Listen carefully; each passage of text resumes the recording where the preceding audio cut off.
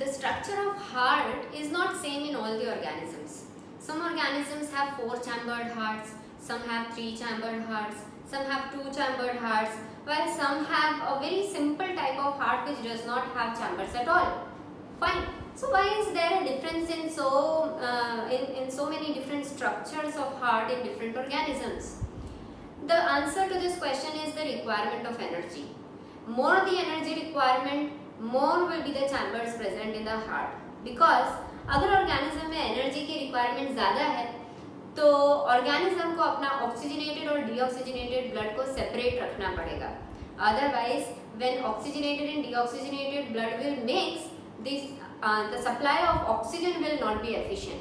Okay? So in order to ensure that there is efficient and sufficient supply of oxygen to the organisms which require more energy, they have to have different chambers in their heart so that their oxygenated and deoxygenated blood are prevented from mixing. That is the case with all warm-blooded animals. All the warm-blooded animals include the mammals and the birds. They have 4-chambered heart. क्यों?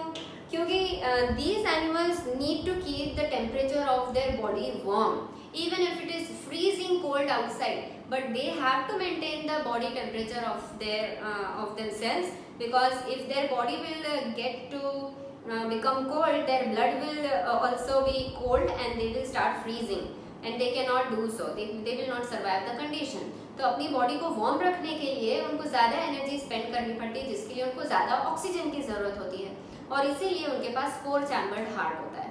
समझ में आया सबको?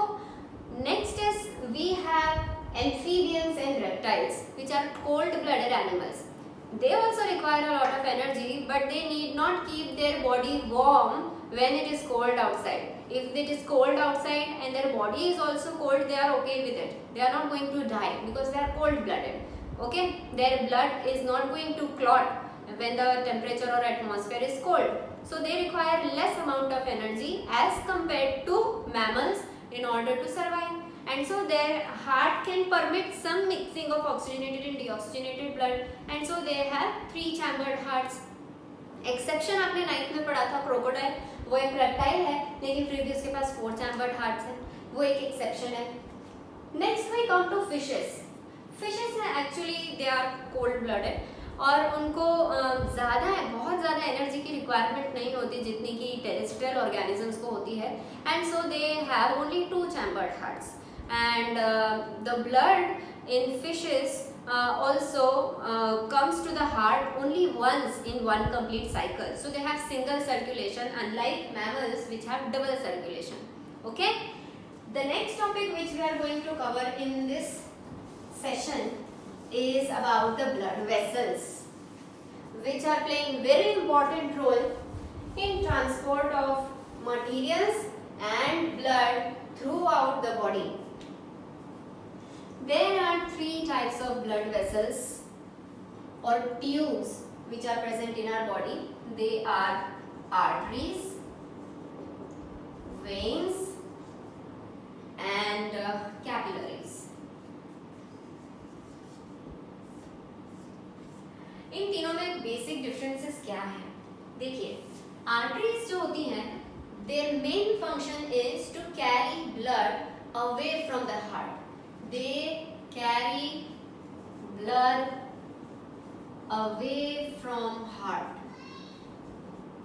मतलब heart से blood को body में लेकर जाना है या कहीं और जगह लेकर जाना है, अवे फ्रॉम हार्ट अगर ब्लड ले जाना है तो वो रोल प्ले करती हैं आर्टरीज. ठीक है. वेन्स का काम होता है to carry blood towards the heart. Body में कहीं से भी ब्लड को अगर हार्ट में लेके आना है टुवर्ड्स हार्ट, तो वो काम करती हैं veins. Carry blood towards heart. Fine.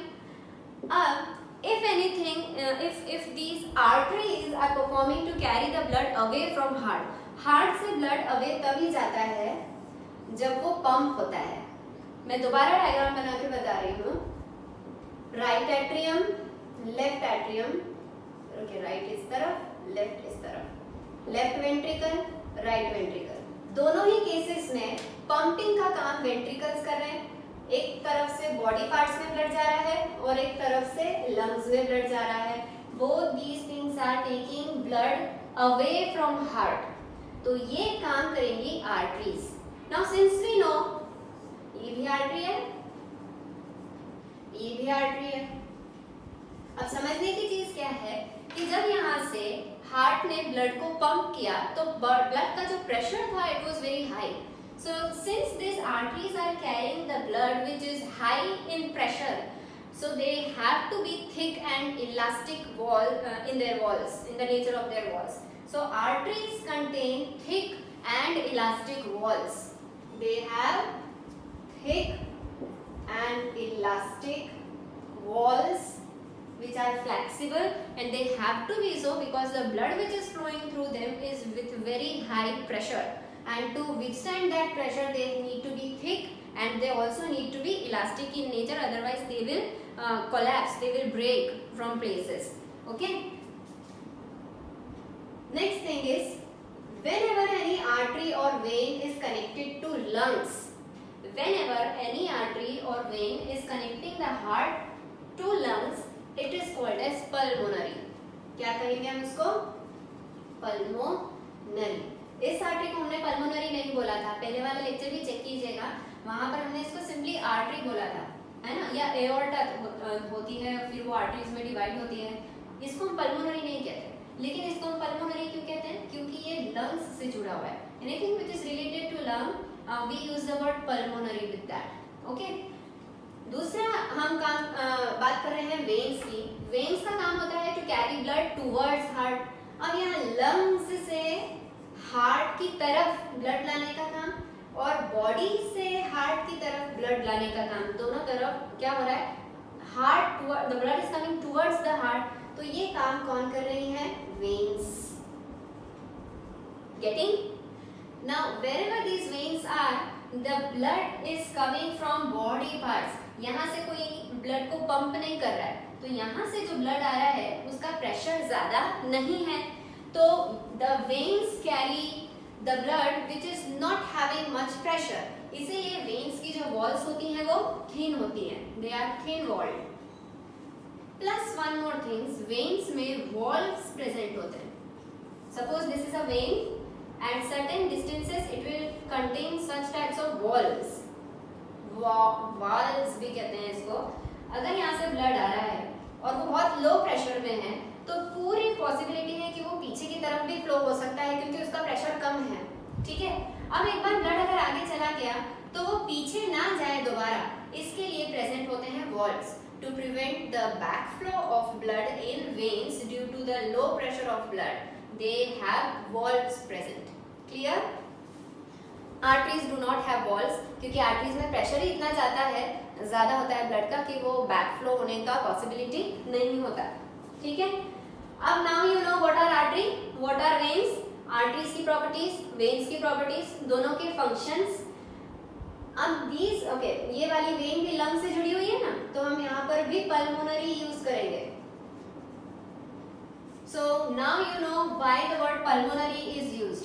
Blood away from heart to the lung, तो pulmonary artery, blood towards heart and from the lung, तो pulmonary vein. Fine, same thing is happening here, but यहाँ कोई lung से connection नहीं है इसलिए हमने pulmonary word use नहीं किया। फाइन, अब नेक्स्ट चीज समझने की है कि कैपिलरीज क्या करती हैं। कैपिलरीज का मेन फंक्शंस होता है आर्टरीज और वेन्स को कनेक्ट करना और गैसियस या मटेरियल्स का एक्सचेंज करना। ठीक है, कैसे? मैंने आपको बताया था लंग्स में एल्वियोलाई होते हैं और एल्वियोलाई में ब्लड कैपिलरीज होते हैं। सो ये क्या हो रहा है actually, suppose these are the arteries, ये आर्टरी गई, फिर वहां पर वो डिवाइड होना चालू हो जाती हैं और डिवाइड होती हैं और डिवाइड होते होते वो इतनी थिन हो जाती हैं जिसको हम कहते हैं capillaries, which are very thin walled so that very easily transport of material happens through its membrane by the process of diffusion. Okay, अब जब डिफ्यूजन का प्रोसेस हो गया तो बाहर निकलते वक्त ये कैपिलरीज फिर से एक दूसरे से मर्ज होने लग जाती हैं and they begin to merge and they combine together to form vein. Okay? और ये वेन वापस से उस मटेरियल को कैरी करके हार्ट तक चली जाएगी. So now you see arteries और वेन्स को कनेक्ट करने का काम कैपिलरीज करती हैं. ये जितनी भी वेसल्स हमारी बॉडी में होती हैं they are all interconnected with each other. किसी का डेड एंड नहीं आता. ये सब कहीं ना कहीं मिलके एक दूसरे से कनेक्ट हो रही हैं. इसीलिए प्रॉपर सर्कुलेशन हो रहा है बॉडी में. कोई भी चीज़ कहीं रुकती नहीं है, कंटिन्यूसली मूव होती रहती है बिकॉज सब कुछ आपस में इंटरकनेक्टेड है. It is a very detailed and intricate and complicated network of these veins and vessels and arteries. Fine. Same thing is happening in the body parts. Suppose ये आपके टिश्यूज हैं, बहुत सारे सेल्स हैं यहाँ पे, है ना. अब हर छोटे छोटे सेल तक तो इतनी बड़ी वेन और आर्टरी जा नहीं सकती. तो ये आर्टरीज क्या करती हैं? They divide into smaller and smaller and smaller arteries. Arterioles भी कहते हैं इनको. फिर वो और पतली होने लग जाती हैं और बना लेती हैं कैपिलरीज. ये छोटी और पतली कैपिलरीज हर सेल तक जा सकती हैं और उनके साथ कांटेक्ट में रह सकती हैं, so that they will be able to exchange the materials and thus we are able to do all these exchange works. Okay? अब यहाँ सारी कैपिलरीज ने एक्सचेंज वर्क कर लिया डिफ्यूजन प्रोसेस से. जो भी फूड एक्सचेंज करना था, carbon dioxide, oxygen, nitrogenous waste और सॉल्ट्स और whatever molecules have to be exchange, they are all exchanging through capillaries. फिर सारा काम करने के बाद ये वापस से इमर्ज होने लग जाती हैं और इमर्ज होते होते then they emerge into a common vein and then they again come to the heart. Now you understand? So wherever in your body gaseous exchange or exchange of any molecules is happening, it is happening through the blood capillaries. और जहाँ भी blood capillaries हैं वो arise हुई हैं arteries से और वो जाकर मिलेंगी veins में. ये आपको हमेशा याद रखना है, ठीक है? So capillaries are very thin-walled blood vessels. What will you write? You have to note it down. Very thin-walled blood vessels help in exchange of materials. For example, gaseous exchange. ठीक है, ये आपको याद रखना है. एक और चीज आप लास्ट में ऐड कर सकते हो कि usually, not always, usually arteries carry oxygen rich blood, that is oxygenated blood, and usually veins carry deoxygenated blood और carbon dioxide rich blood. But pulmonary के केस में ऑपोजिट होता है. Pulmonary artery deoxygenated blood carry करती है और pulmonary vein oxygenated blood carry करती है. That is exception. Otherwise every point which is written here you need to note down. कोई भी तरह का कंफ्यूजन है तो दोबारा वीडियो को देखो. ये थोड़ी कॉम्प्लिकेट चीजें हैं. एक बार में कई बार बच्चों को नहीं आती समझ में, पर आप 2 बार 3 बार वीडियो देखोगे बहुत आसानी से सब कुछ इजी लगने लगेगा. फिर भी कोई डाउट है तो you reach out to me, call me or send me any message. I will clear all your doubts. Okay, thank you. The next important topic under the transportation section is platelets. Now let me ask you one question. What happens when you have some injury and you begin to bleed? And suppose if the blood is coming out of the wound and it is continuously oozing out and you are bleeding, what will happen eventually? It is like some leakage has been there in our transportation system. So अगर किसी भी system में, किसी भी fluid के flowing system में कोई leakage आ जाता है तो ऑब्वियसली जो भी प्रेशर उस फ्लूइड का होता है उस सिस्टम में वो ड्रॉप होने लग जाता है. सेम वे अगर हमारे सर्कुलेटरी सिस्टम में कोई भी ब्लड वेसल्स में कोई किसी भी तरह का लीकेज होने लग जाता है, हमको कोई भी इंजरी हो जाती है और उसमें से ब्लड लीक होने लग जाता है, तो it is like a leakage. और उसकी वजह से सब्सिक्वेंटली क्या होगा कि हमारा जो ब्लड प्रेशर है वो ड्रॉप होने लग जाएगा. और उसको प्रिवेंट करना बहुत ज़रूरी है क्योंकि अगर प्रेशर ड्रॉप हो जाएगा तो पूरा ट्रांसपोर्ट सिस्टम अफेक्ट होगा. उसकी एफिशिएंसी अफेक्ट हो जाएगी। ओके, तो अब नेचुरली एक मेंटेनेंस सिस्टम हमारी बॉडी में काम करता है इस लीकेज को प्रिवेंट करने के लिए। As soon as we get any cut or injury and we start to bleed, हमारे जो प्लेटलेट्स होते हैं वो एक्शन में आ जाते हैं, और जहाँ पर भी ये लीकेज साइट है या जो भी लोकेशन है जहाँ पर ये इंजुरी हुई है, ये वहाँ पर एग्रीगेट होके इकट्ठा होके एक्शन करना चालू कर देते हैं और वहाँ पर ब्लड को क्लॉट कर देते हैं ताकि और ज़्यादा ब्लीडिंग ना हो पाए और ब्लड का जो प्रेशर है ब्लड वेसल्स में वो मेंटेन रहे। So this is a very important maintenance system which is going on in our bodies all the time, and these platelets are present all the time in our blood and they are flowing along the blood in all the body parts. जहाँ पर भी कोई भी leakage detect होगा, whether it is external और internal, ये platelets अपना काम करने लग जाएंगे और ब्लड को क्लॉट कर देंगे और उसकी वजह से और एक्सेसिव ब्लीडिंग नहीं होगी and the pressure in our circulatory system will be maintained. Fine. The next important topic which we have to study is the lymph. You must have studied about the lymph in 9th standard, and we all studied that lymph is also a fluid connective tissue like blood. जैसे blood एक fluid connective tissue है जिसका fluid matrix plasma है, same में lymph भी एक fluid connective tissue है। अब ये बना कैसे? Actually क्या होता है कि जो हमारे सेल्स और टिश्यूज होते हैं, for example I am drawing some cells here, suppose ये हमारे सेल्स हैं and we know that each and every cell is in contact with some blood capillaries, we have a network of blood capillaries in between these cells to ensure the transport of materials. Now अब क्या होता है, जब भी इन blood capillaries के through blood flow होता है तो ये जो कैपिलरीज होती हैं they are very thin. I want to mention one point which I forgot in my earlier lecture, you have to note it down कि ये जो ब्लड कैपिलरीज होती हैं, ब्लड कैपिलरीज जो हमने पढ़ी थी, they are very thin walled, उनकी वॉल्स बहुत थिन होती हैं और वो ब्लड कैपिलरीज खुद भी इतनी थिन होती हैं, they are only one cell thick walls because I mean they are so thin that only one cell can pass through the capillary at a time. Okay, एक साथ बहुत सारे cells उस capillary में flow नहीं हो सकते, वो इतनी बड़ी होती ही नहीं है, they are very narrow tubes and only single cell at a time can pass through it. और second point, the walls or the membranes of the capillaries are very thin.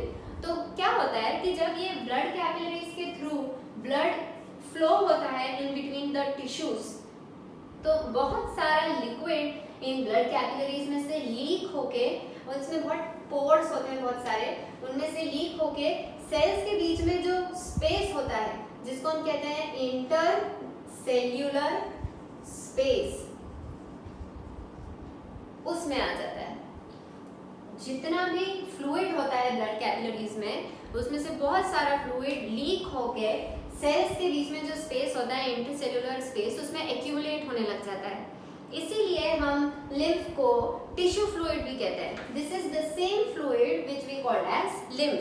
The lymph is actually leaked from the blood capillaries, okay, and it is a part of blood only, but still lymph का एक पूरा totally different system हमारी body में होता है।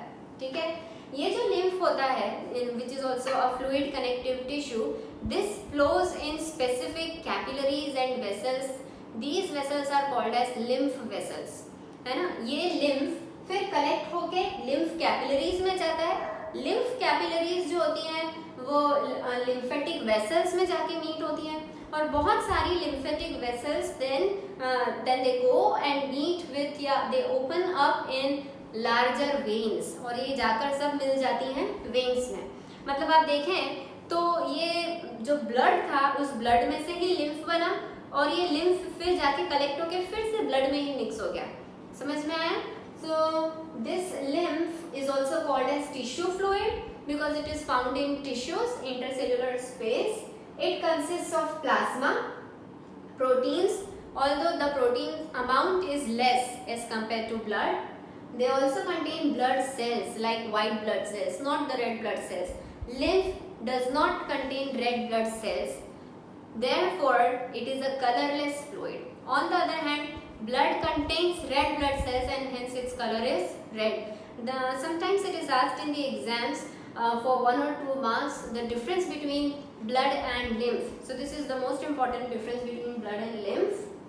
So lymphatic capillaries join to form the lymph vessels, as I told you, and these lymph vessels then open into larger veins. Now this lymph or lymphatic system performs two important functions. एक important function है lymph का fat absorption. जब हमारा fat का digestion हुआ था small intestine में, which we read in earlier lectures, तो वो जो फैट था वो डाइजेस्ट हो गया था फैटी एसिड एंड ग्लिसरॉल में. ये भी एब्जॉर्ब करने का काम कौन करता है? लिम्फ. लिम्फ इस फैट और फैटी एसिड को एब्जॉर्ब कर लेता है. एब्जॉर्ब करके ये लिम्फेटिक कैपिलरीज में चला जाता है. लिम्फेटिक कैपिलरी फिर उसको लेकर जाती है लिम्फेटिक वेसल्स में and then they combine with larger veins. समझ में आया? तो one important function of lymph is, you should note it down, it carries digested and absorbed fat from intestines. और सेकेंड इम्पॉर्टेंट फंक्शन लिम्फ का होता है, it drains excess fluid from intercellular space. ये intercellular space में जितना भी access fluid रह गया था उसको फिर से कलेक्ट करके ब्लड में मिक्स करने का काम, बैक इनटू द ब्लड, ये भी कौन कर रहा है? Lymphatic system or the lymph. Fine. So this was the last topic of transportation section. In this session and in this particular section of transportation, we actually read about the complete process in human beings about the transportation in system.